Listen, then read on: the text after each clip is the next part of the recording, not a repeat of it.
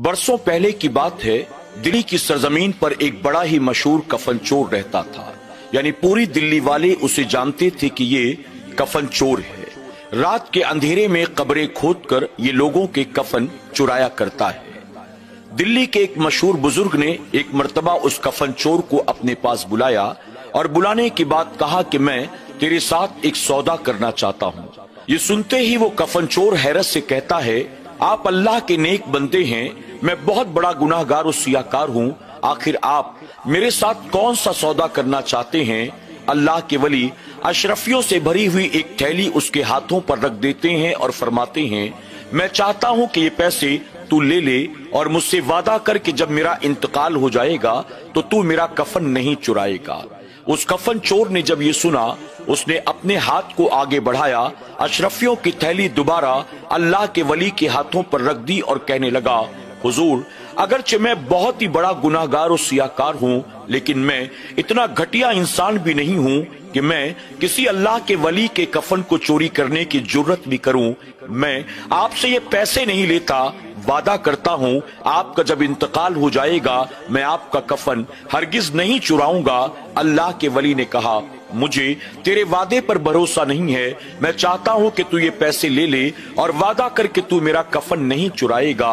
उसने कहा, मैं आपसे बिन पैसे लिए वादा करता हूं मैं आपका कफन हरगिज नहीं चुराऊंगा। अल्लाह के वली ने कहा, अगर तू वाकई वादा करता है मैं तुझे हदिये के तौर पर ये पैसे देता हूं, अपने पास रख ले, अपने वादे को भूलना मत, मेरा कफन मत चुराना। उस कफन चोर ने अब वो पैसे ले लिए और कहने लगा, मैं वादा करता हूँ मैं आपका कफन कभी भी नहीं चुराऊंगा। ये कहकर वो वहां से रुखसत हुआ। फरमाया गया, एक दो दिन के बाद अचानक दोपहर के वक्त जब वो चोर अपने घर से निकला, इस ताक में कि चले कब्रिस्तान में जाकर देखें क्या कोई नया जनाजा आया है, क्या कोई नई कब्र बनी है, ताकि रात के अंधेरे में उसके कफन को चुराया जा सके। जब अपने घर से वो निकला तो उसने देखा दिल्ली की सरजमीन पर एक जनाजा चला जा रहा था, जिसके पीछे पीछे पूरा शहर उमड़ पड़ा था।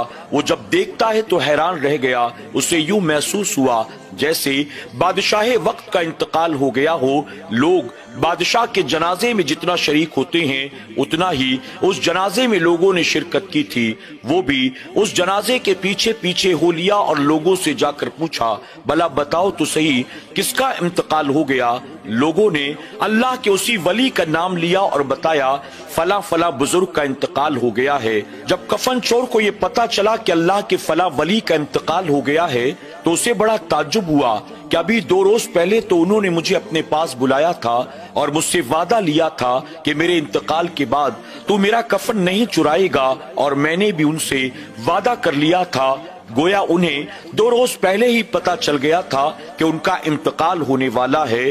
अल्लाह अकबर। अब वो कफन चोर सवाब कमाने की नियत से जनाजे में शरीक हो जाता है, यहाँ तक कि वो मैयत कब्रिस्तान तक पहुंची। अब जनाजा कांधे से उतारा जाता है। अल्लाह के वली के आखिरी दीदार के लिए उनके चेहरे को खोल दिया जाता है। लोग कतार लगाकर बारी बारी आगे बढ़ते जाते थे, अल्लाह के वली के चेहरे की जियारत करते जाते थे।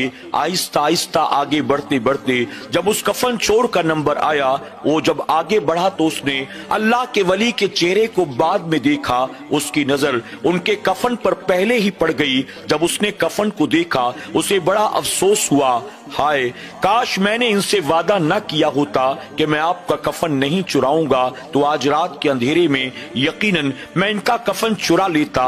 उस चोर ने ये देखा अल्लाह के वली को उनके मुरीदों ने उस कपड़े का कफन पहनाया था जिस कपड़े का कफन उस दौर के बादशाहों को पहनाया जाता था, अमीर कबीर लोगों को पहनाया जाता था।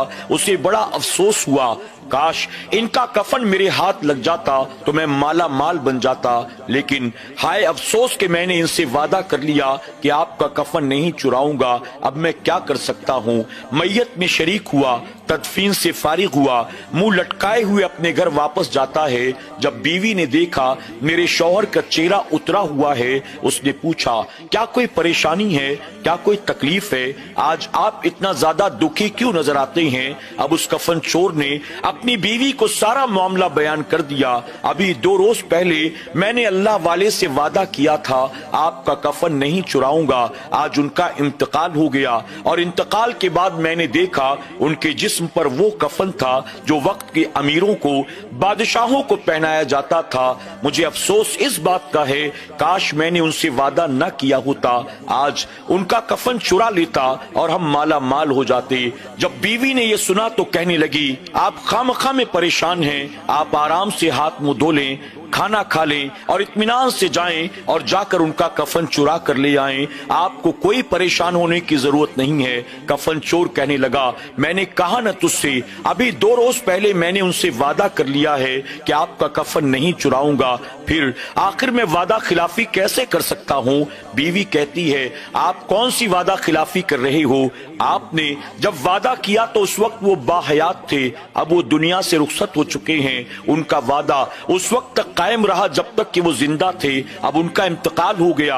अब तुम्हें वादे की फिक्र नहीं करनी चाहिए बल्कि रोजी रोटी की फिक्र करनी चाहिए। अगर वो जिंदा होते तो वादा अब भी कायम होता, अब वो इंतकाल कर चुके हैं, वादा खत्म हो गया। अब तुम आराम से जाओ और जाकर कफन चुरा कर ले आओ। अब जब शौहर ने ये सुना बड़ा खुश हुआ, अपनी बीवी को दुआएं देने लगा। आज के दौर में ऐसी अक्लमंद बीवी किसको मिलती है, ऐसी समझदार बीवियां किसको मिलती हैं। उसने कहा अल्लाह का एहसान है, अल्लाह ने मुझे ऐसी ज़हीन और समझदार बीवी अता की। उसके बाद वो कफन चोर हाथ मुंह धोता है, पेट भर कर खाना खाता है, रात होने का इंतजार करता है।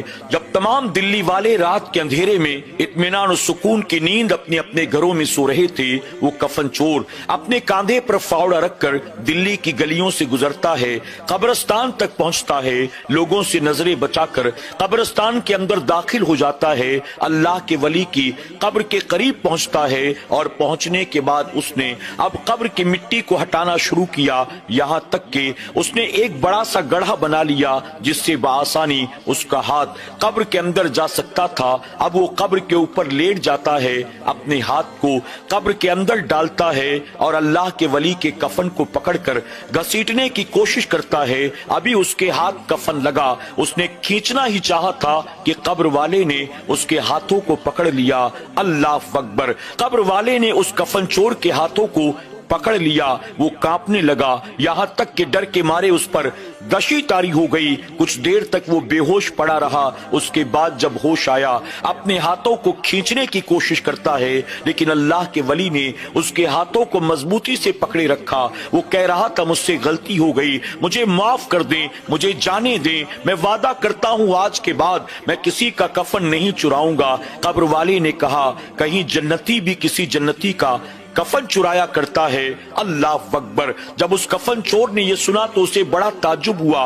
वो कहता है हुजूर आपके जन्नती होने में कोई शक नहीं है, दुनिया जानती है आप कितने बड़े आबिद और जाहिद थे, आप अल्लाह के नेक और बरगुज़ीदा बंदे थे, आप तो जन्नती हैं, लेकिन आप मुझ गुनाहगार को जन्नती कैसे कह सकते हैं। मैं कितना बड़ा गुनाहगार हूँ, कितना बड़ा बदबख्त हूँ, कितना बड़ा कफन चोर हूँ, ये सारा शहर जानता है, आप मुझे आखिर जन्नती क्यों कह रहे हैं। ऐसे में अल्लाह के वली कहते हैं जब मैं कब्र के अंदर आया अल्लाह तबारक ताला ने मुझे खुशखबरी सुना दी, ऐ मेरे बंदे आज जितने लोग भी तेरे जनाजे में शरीक हुए मैंने उन सब के गुनाहों को माफ कर दिया है और तेरी इबादत और रियाजत के सदके, तेरे तकवो तहारत के सदके मैंने सबको जन्नती बना दिया है।